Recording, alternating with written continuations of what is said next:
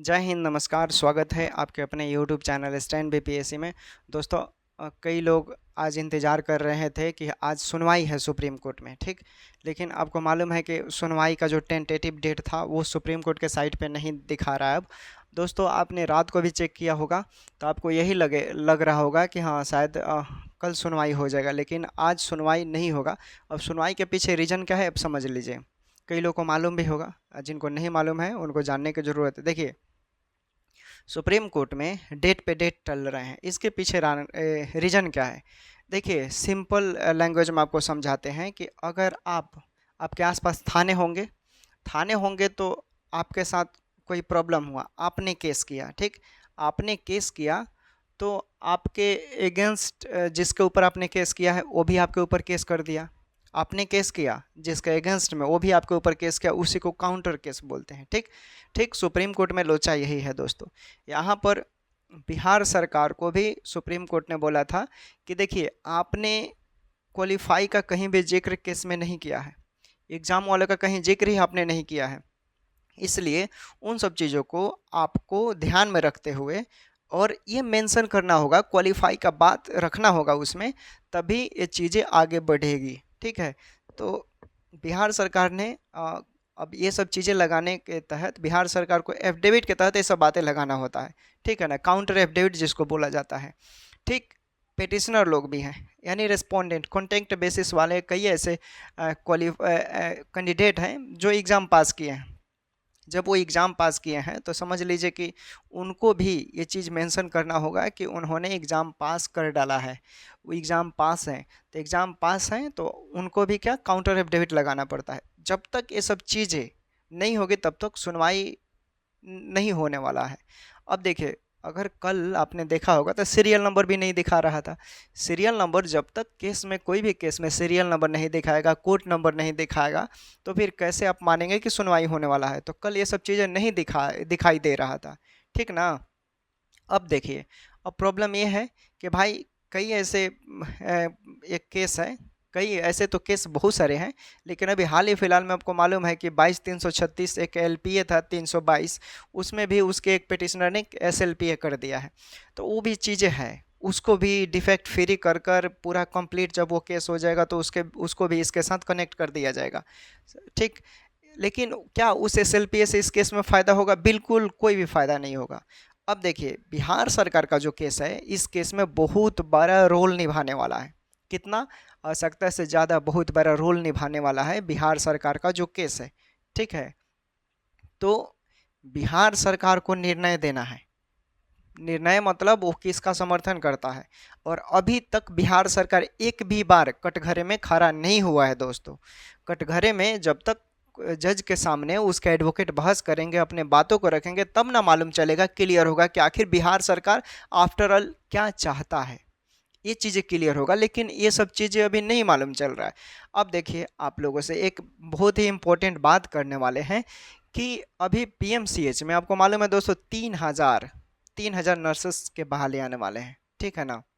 Staff nurse में कौन होंगे? एएनएम होंगे कि जीएनएम होंगे कि बीएससी नर्सिंग वाले होंगे? इसमें कौन पार्टिसिपेट करेंगे, कौन मतलब फॉर्म भर सकते हैं जो 3,000 का बेड जो उसमें लगने वाला है। तो देखिए, उसमें आपका यानी कि सिर्फ जीएनएम वाले ही पार्टिसिपेट करेंगे, जीएनएम वाले ही भाग लेंगे।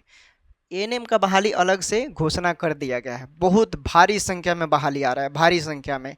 एग्ज़ाम बेसिस होगा, एग्ज़ाम लिया जाएगा, ये फैक्ट है।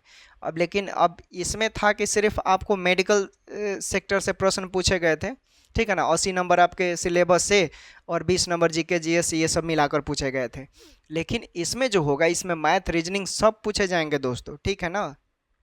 ये बहाली कॉन्टेक्ट बेसिस की होगी आपकी।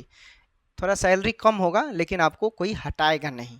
कॉन्टैक्ट बेसिस मतलब कॉन्टैक्ट पे ही कार्यरत रहेंगे, भविष्य में हो सकता है तो ये आपको परमानेंट कर दे, अस्थायीकरण कर दे।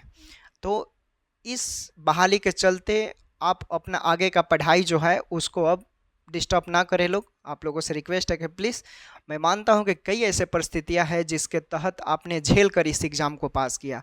कई ऐसे महिलाएं हैं जो जिसके पति ड्रिंकिंग करते थे, दारू पीते थे, पीने के बाद नहीं पढ़ने देते थे, बोलते थे तुम घर में रहो, कोचिंग मत करो, पढ़ाई मत करो। कई कई ऐसे बहू होगी, किसी की पतोह होगी, ठीक है ना, जिसके सास नखरे दिखाती होंगे कि दिन भर ये वो, आप देखते होंगे आम नॉर्मली जहाँ से हम लोग बिलोंग करते हैं, ऐसा फैक्ट है, वास्तविकता घटित होगी।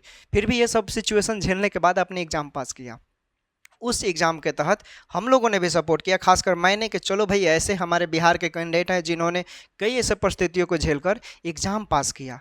जब आप पढ़ रहे थे तो उस सिचुएशन को कोई देखने नहीं आया होगा, ये जानते हैं, कई स्ट्रगल आपने किए होंगे उस पढ़ाई के दौरान।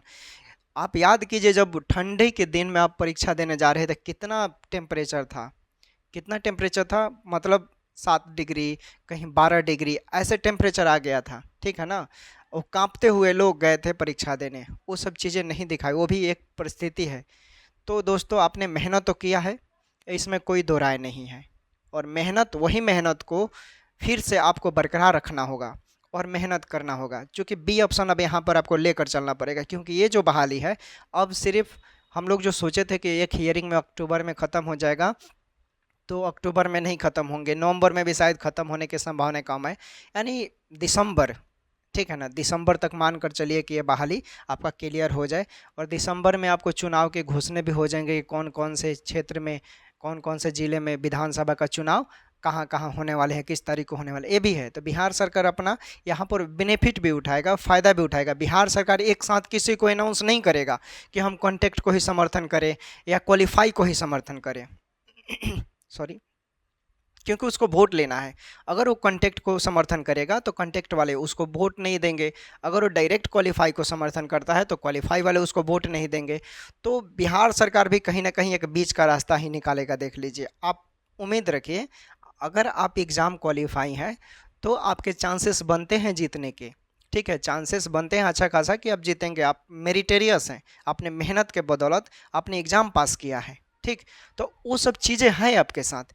लेकिन अब आप सोचिएगा कि हम इसी के तहत दिन रात सोते जागते, यूट्यूब पर भी सोशल मीडिया है, देखिए सोशल मीडिया बुरा भी है और अच्छा भी है।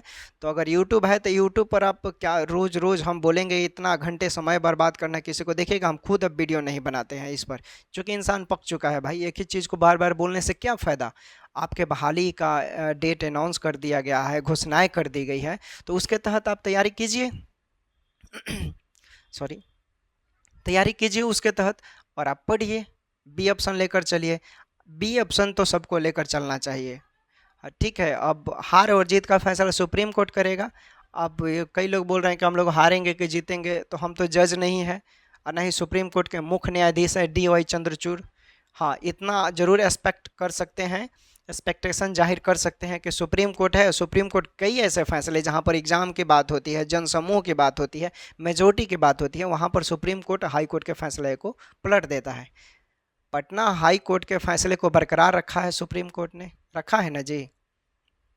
उसी तरह हो सकता है इस केस में भी पलट दे। इलाहाबाद हाई कोर्ट के फैसले को सुप्रीम कोर्ट ने पलट दिया, तो बिहार सरकार, बिहार पटना का जो पटना हाई कोर्ट का केस है, ये अभी वाला, हो सकता है इसको भी पलट दे सुप्रीम कोर्ट। तो दोस्तों ये सब चीज़ें हैं, पॉजिटिव रहिए और पॉजिटिव रहकर पढ़ाई कीजिए, समय ज़्यादा बर्बाद नहीं करना है। एक बार जो समय चला जाता है ना, फिर वो दोबारा लौट कर नहीं आता है, सब कोई जानते हैं। तो टारगेटेड रहिए, 2-4 घंटे पढ़ाई करना बहुत ज़रूरी है, ठीक है। 2-4 घंटे पढ़िए, आप लोग पढ़ेंगे तो माइंड भी ठीक रहेगा, माइंड फ्रेश भी रहता है, ठीक ना। तो पढ़ते रहिए, बाकी जैसा अपडेट होगा बताया जाएगा। आज का जो सुनवाई नहीं हुआ उसके पीछे काउंटर एफिडेविट था, काउंटर एफिडेविट कई लोगों ने नहीं लगाया, ठीक है ना। अगर वो लोग लगा देते तो शायद समझ लीजिए कि सुनवाई हो जाता, जो मांगा गया है वो चीज़ें, ठीक ना। तो ये सब चीज़ें हैं दोस्तों, फिर जैसा होगा हम लोग बताएंगे, और देखते रहें स्टैंड BPSC।